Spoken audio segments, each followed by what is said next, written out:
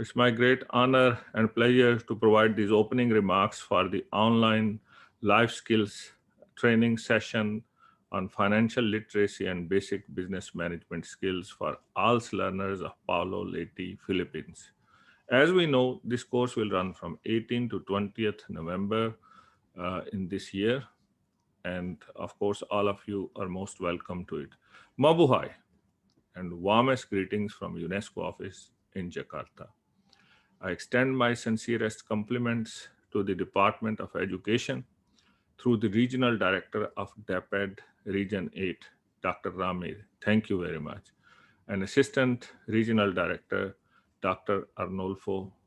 Thank you very much, sir. And the whole staff of the DAPED Regional Office 8, with special mention to the Regional ALS Focal Person, Mr. Alfredo, and ALS focal persons of the two schools division offices of Tacloban City, Paulo Leti. My sincere and warm greetings and welcome to our ALS learners of Paulo Leti, who are the participants of this 3 days online training and learning, which will continue in areas of financial literacy and basic business management skills. I also extend my compliments and appreciation to our partner, Dr. Jonas Villas and his team, who are organizing this learning event with the ALS learners of Palo, together with our UNESCO team in the Philippines. Today marks a continuation of a series of learning events within the framework of the project Better Life for Out of School Girls to Fight Against Poverty and Injustice in the Philippines.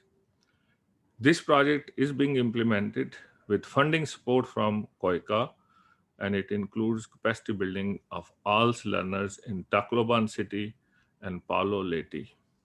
So we are very thankful to KOICA for this great support, and of course, all the contributions of TAPED working closely with UNESCO. UNESCO in February 2020, this year, actually organized this life skills training on financial literacy and basic business management for ALS learners of Tacloban City and Paulo Leti. But with the unexpected outbreak of the COVID-19 during that time, only the ALS learners of the Tacloban were able to complete it. And Paulo ALS learners were not able to pursue the training because of the sudden lockdown. So certainly a big challenge. We are in these challenging times right now as well. COVID-19 pandemic has affected all populations of the world and has necessitated school closures, restricted movement of people. It has disrupted our normal routines. It has curtailed our social interactions and deprived us of the usual learning methods. This certainly has led to increased pressure, stress, anxiety for all, including young people, their families, and communities. So, certainly, testing times. UNESCO recognizes and fully supports the efforts of the Department of Education in implementing its education continuity plan in the midst of the COVID-19 pandemic in the Philippines. That is why the delivery of this learning and training program with ALS learners is done in a distance learning or blended learning modality.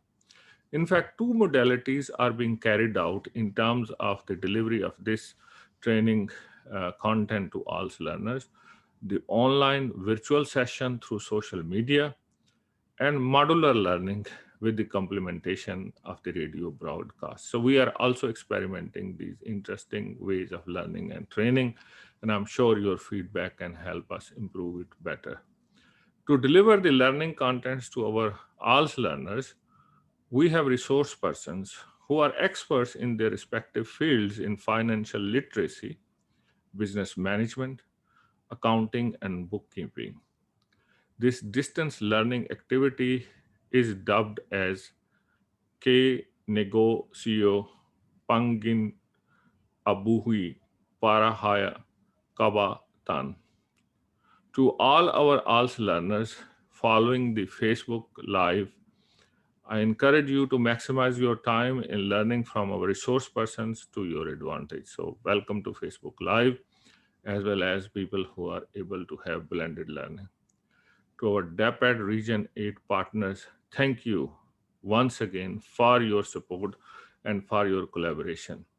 Without your continued partnership with UNESCO, we cannot achieve the goals set for the project. So, thank you for all the excellent contributions.